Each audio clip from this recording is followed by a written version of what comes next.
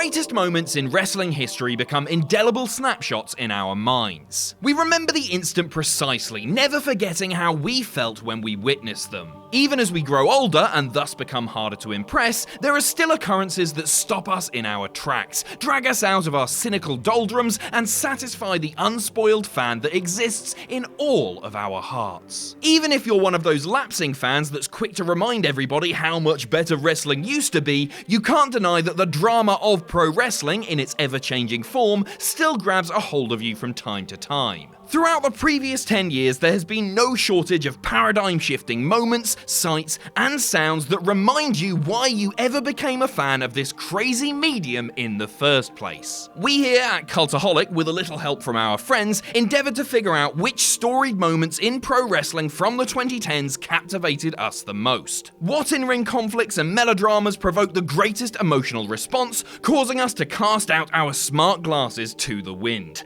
What lay ahead are the absolute best of the best when it comes to the unforgettable stories and the angles that crossed our eyes this decade. But before we get going, a few honourable mentions. Brock breaks the streak, Omega takes over Bullet Club, Ciampa turns on Gargano, Moxley's AEW debut, and Kevin Owens turning on Sami Zayn after he won the belt. Without any further ado, I'm Adam Pacitti from Cultaholic.com, and these are the 10 greatest wrestling moments of the 2010s. Join us! Number 10, the formation of the Nexus. Granted, the remaining chapters of the Book of Nexus are about as depressing as Million Dollar Baby, and once the 2010 SummerSlam ended, we'd have all been happier breaking our necks on an overturned stool.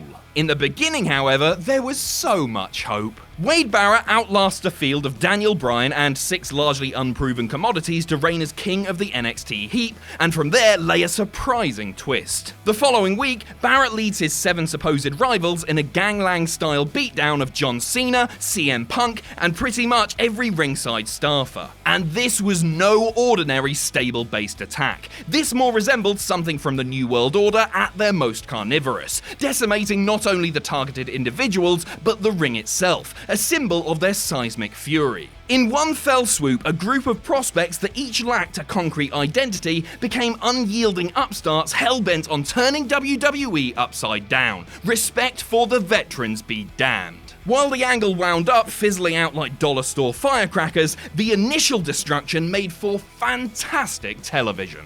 Number 9, Cody Rhodes wins the NWA World's title at All In. A surprising pick by the gallery in some ways, but a welcome one. It was a dual representation of pro wrestling from a bygone era, as well as a symbol of wholesale rebirth. The attempts to restore the long-departed value of the NWA World's Heavyweight title had faced an uphill battle for some time. Just 9 months earlier, Nick Aldis captured the belt from Tim Storm at a CZW event in New Jersey, where the local crowd booed the entire spectacle out of the building. En route to Cody challenging for Aldis's gold, each man's motivations and character traits were spelled out in the underrated 10 Pounds of Gold internet series, generating emotional investment in Cody as a hungry challenger. It was Pro Wrestling 101 upgraded for consumption in the digital age. All of the efforts to make the match mean something as a grand spectacle paid off, and when Rhodes felled the national treasure before a sold-out crowd in Chicago to capture the very gold thrice held by his father, a perfect story had been written from start to finish. It was wrestling as it used to be, and what wrestling could be once more. Number 8, The Miz on Talking Smack. Talking Smack, an unrehearsed, free-form talk show that allowed script-adhering wrestlers to shoot their mouths off, most restrictions curbed. It's easy to understand why the show was so popular, because, who knows, somebody might say something unforgettable on there one of these days. Such was the case in August 2016, when The Miz didn't take kindly to co-anchor Daniel Bryan, still in forced retirement at the time, taking a few swipes at Miz's manner of performing. In the face of those comments, the usually smug, self-satisfied Miz erupted like an active volcano. He loudly criticised Bryan for overdoing it in the ring to the point where he had to retire at age 34, all the while his face contorted into a reddened grimace, his teeth clenched like a caged animal. The Miz defended his work in this impassioned rant, while angrily suggesting that Bryan go back to the bingo halls of his formative years. The then Intercontinental Champion only continued his tirade, even after a stunned, irritated Bryan walked off in silence. Even before his final spit-laden syllable, many concluded that Miz had just cut the promo of his life. Number 7. The Broken Universe Saga. There's a video clip of Frank Zappa that makes the social media rounds in which the eccentric musician discusses how record executives of the previous generation were willing to release unusual and experimental recordings from offbeat artists because, hey, who knows, maybe they'll sell.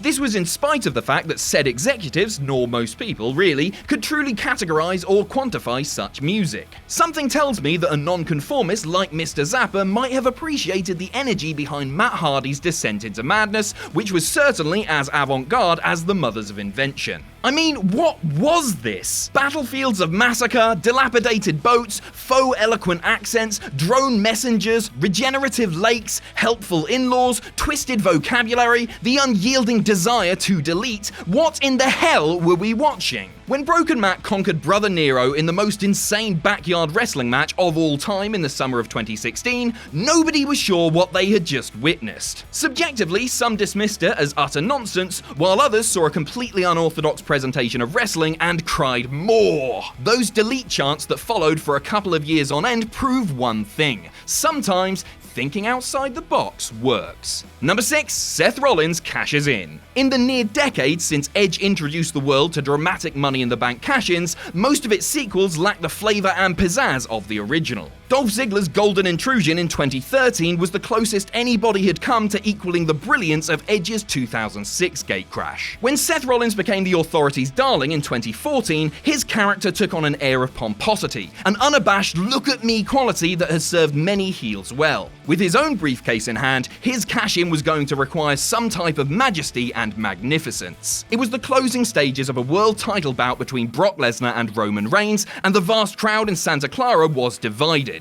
Half wanted Reigns to lose, and the other half prayed for a meteor. When Rollins' music blared in those closing minutes, and he flew down the ramp like an excited Price is Right contestant, he suddenly became WrestleMania's savior. Never before had somebody cashed in during an ongoing match, let alone a WrestleMania main event. But there the cunning Rollins was, stomping Reigns' head flat en route to a shocking title win and a subsequent swing of the strap. Number 5. The Festival of Friendship.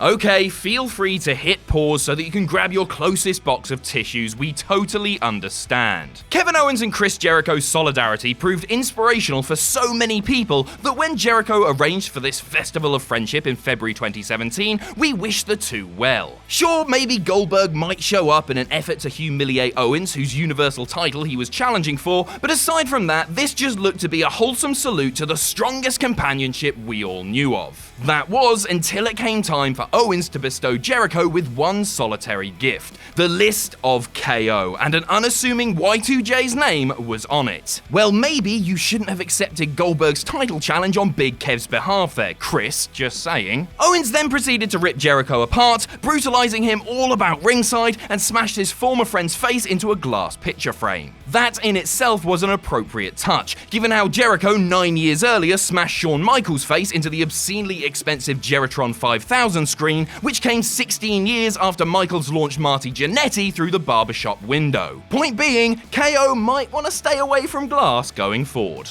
Number 4. Shawn Michaels obsesses over Undertaker rematch. Technically, the story began in the previous decade, but that is a piddling detail. Anything to emphasize an angle in which wins and losses absolutely matter, right? And never did wins matter more than when Undertaker defended his legendary WrestleMania streak against any and all would-be Dragon Slayers. Shawn Michaels gave him the best possible fight at WrestleMania 25 in an epic encounter, but still fell a hair short of pulling the sword from the stone. Ever the determined sort, at the 2009 Slammies, Michaels challenged Undertaker to a rematch. Undertaker initially refused the challenge, having already proven himself superior to Michaels in his eyes. The dead man reigned as World Heavyweight Champion, so Michaels tried to finesse his way into a guaranteed bout with The Undertaker via the Royal Rumble match, which he lost, and an Elimination Chamber qualifier he lost there too. Going mad from his Captain Ahab-like obsession, Michaels finally unleashed the nuclear option, costing Undertaker the title inside the Elimination Chamber to ensure that he got a vengeful Phenom's attention. There would be no title at stake, but The Undertaker would allow Michaels another bite at the apple, on the condition that he wager his own career, and the rest is history.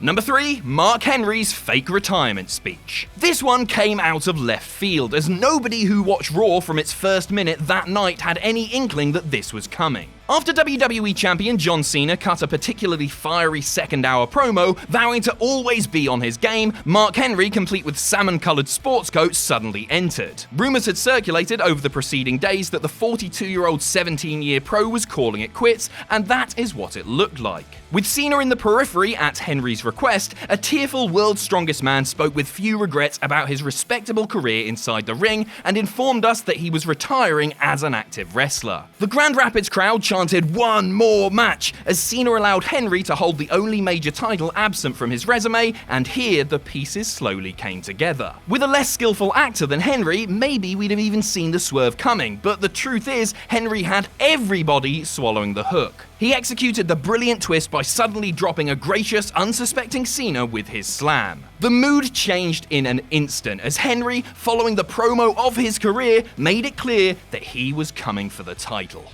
Number 2, Daniel Bryan and the Yes Movement stand tall at WrestleMania 30. It's probably fair to call this an interactive storyline, since the sheer majority of the WWE audience forcibly flipped the pages of what amounted to one of those choose-your-own-adventure books. Daniel Bryan's main event run in the summer and early fall of 2013 ended somewhat unceremoniously, and WWE was prepared to move on from him as a top babyface. This didn't sit well with many, as Bryan was clearly the choice of the people, worthy of the WrestleMania spotlight. WWE seemed to dig their heels in after the 2014 Royal Rumble debacle with part-time Batista, but crowds did not let up with their preference for Bryan as the desired hero. The organic fan hijackings bled into fiction as Bryan, flanked by more than 100 Yes Movement occupiers, commandeered the ring during one Raw, causing an irate Triple H to angrily give in to a smiling Bryan's WrestleMania demand. When Bryan won the 2-match parlay in New Orleans to become WWE Champion, it was a culmination of 2 invested efforts: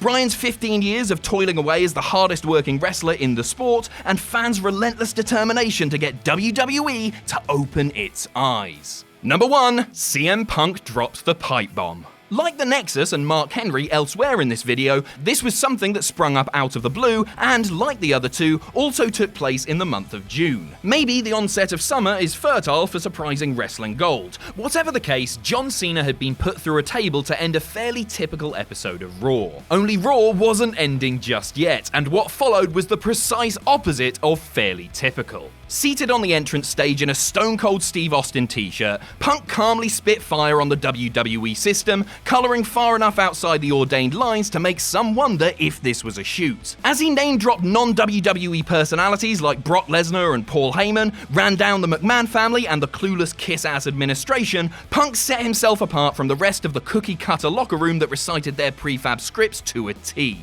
Punk's venomous sermon was treated as his legitimate feelings, and no doubt there was some heartfelt sentiment scattered throughout. The oft-cited promo launched the Summer of Punk that led through a wild Money in the Bank main event in Chicago, where Punk defeated Cena for the title before his Chi-Town brethren, setting him up to be an anti-hero megastar. And though the momentum was ultimately assassinated through cerebral plotting, that initial monologue remains symbolic of pro wrestling at its captivating best. Thanks for watching. Let us know what you think in the comments down below. You can follow us on Twitter at Cultaholic. You can find us on Facebook at facebook.com/Cultaholic. If you enjoy what we do here at Cultaholic, you can pledge to us on Patreon. That's patreon.com/Cultaholic. And most importantly, don't forget to hit subscribe and join us.